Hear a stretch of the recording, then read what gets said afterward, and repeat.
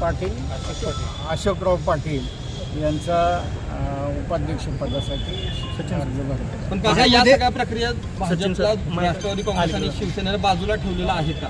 नाही, तसं काल संध्याकाळी सुद्धा आम्ही जिल्हा मध्यवर्ती बँकेमध्ये शिवेंद्र बाबा, मकरंद आबा, संजीव बाबा आणि मी स्वतः आमची काल रात्री बैठक झाली.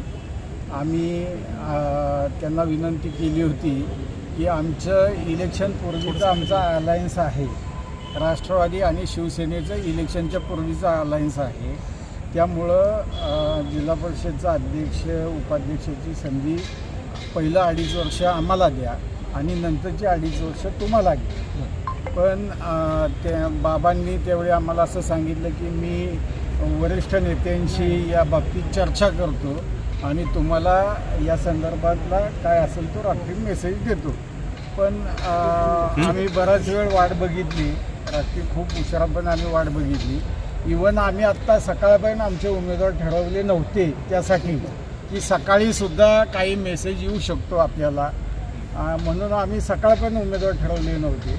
आम्ही आत्ता 9:30-10 वाजता लेकव्ह्यूला ज्यावेळी आम्ही पोचलो आमचे सदस्य घेऊन, त्यावेळीच आम्ही आमचे उमेदवार तिथं बसून फायनल केले. आम्ही उमेदवार हे आधीच फायनल केले नव्हते, आम्ही त्यांच्या निरोपाची वाट पाहत होतो. पण दुर्दैवाने काही निरोप आला नाही, त्यामुळं मग आम्ही आमचे अर्ज दाखल केले. दगाफटका काय होऊ शकतो का तुम्हाला?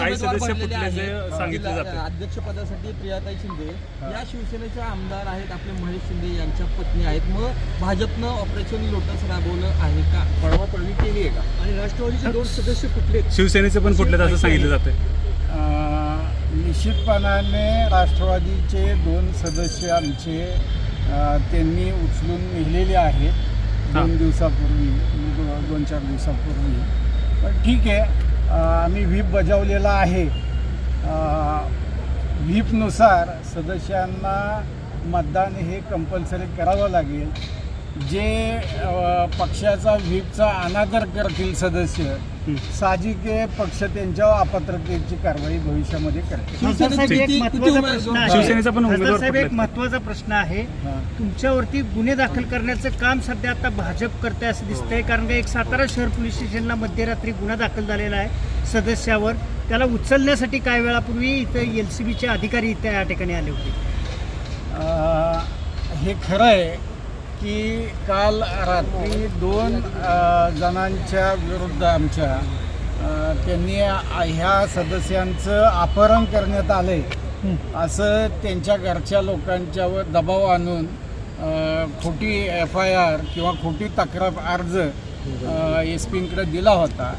पण आम्ही रात्रीमध्येच ते सदस्य पोलीस स्टेशनला, एक सदस्य आम्ही महाबळेश्वर पोलीस स्टेशनला हजर केला.